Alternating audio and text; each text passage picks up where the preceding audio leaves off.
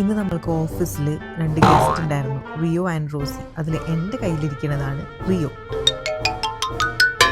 2 ആഴ്ച മുമ്പാണ് പാസ്പോർട്ടും ഫ്ലൈറ്റ് ടിക്കറ്റും വിസയും ഒക്കെ എടുത്തിട്ട് റിയോ ബംഗ്ലാദേശിൽ നിന്ന് ദുബായിലേക്ക് ലാൻഡ് ചെയ്തത്. മലയാളം മനസ്സിലാവാത്തതുകൊണ്ടാണെന്ന് തോന്നുന്നു എൻ്റെ കയ്യിലിരിക്കാൻ ഭയങ്കര ബുദ്ധിമുട്ടായിരുന്നു റിയോന്.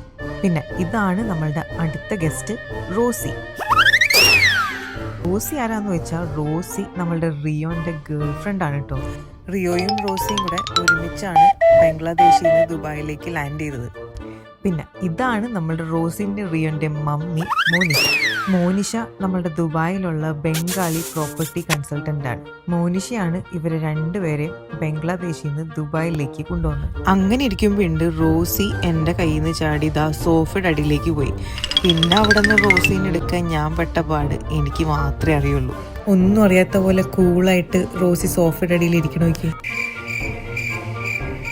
കുറച്ച് കഷ്ടപ്പെട്ടെങ്കിലും ഒരു കണക്കിന് ഞാൻ റോസിനെ സോഫയുടെ അടിയിൽ നിന്ന് പുറത്തേക്ക് എടുത്തു. പക്ഷെ റോസിക്ക് സോഫയുടെ അടിയിൽ നിന്ന് വരാൻ വലിയ താല്പര്യമൊന്നും ഉണ്ടായിരുന്നില്ല. നിങ്ങൾ വൈറ്റ് ക്യാറ്റ്സിനെ ശ്രദ്ധിച്ചാൽ മനസ്സിലാവും, വൈറ്റ് ക്യാറ്റ്സിനെ മെയിൻറ്റെയിൻ ചെയ്യാൻ വളരെ പാടാണ്. ഒന്നില്ലെങ്കിൽ അവരുടെ കാലിൽ അഴുക്ക് വരുമ്പോൾ അത് ഭയങ്കരമായിട്ട് വിസിബിൾ ആയിരിക്കും, അല്ലെങ്കിൽ അവരുടെ കണ്ണിൻ്റെ അടിയിൽ ഒരു യെല്ലോ സ്റ്റെയിൻ വരും. ഇതൊന്നുമില്ലാണ്ട് നല്ല നീറ്റ് ആൻഡ് ക്ലീൻ ആയിട്ട് ഈ 2 പൂച്ചകളെയും നമ്മുടെ മോനിഷ മെയിൻറ്റെയിൻ ചെയ്യണതിന് മോനിഷയ്ക്ക് ഒരു അവാർഡ് തന്നെ കൊടുക്കണം.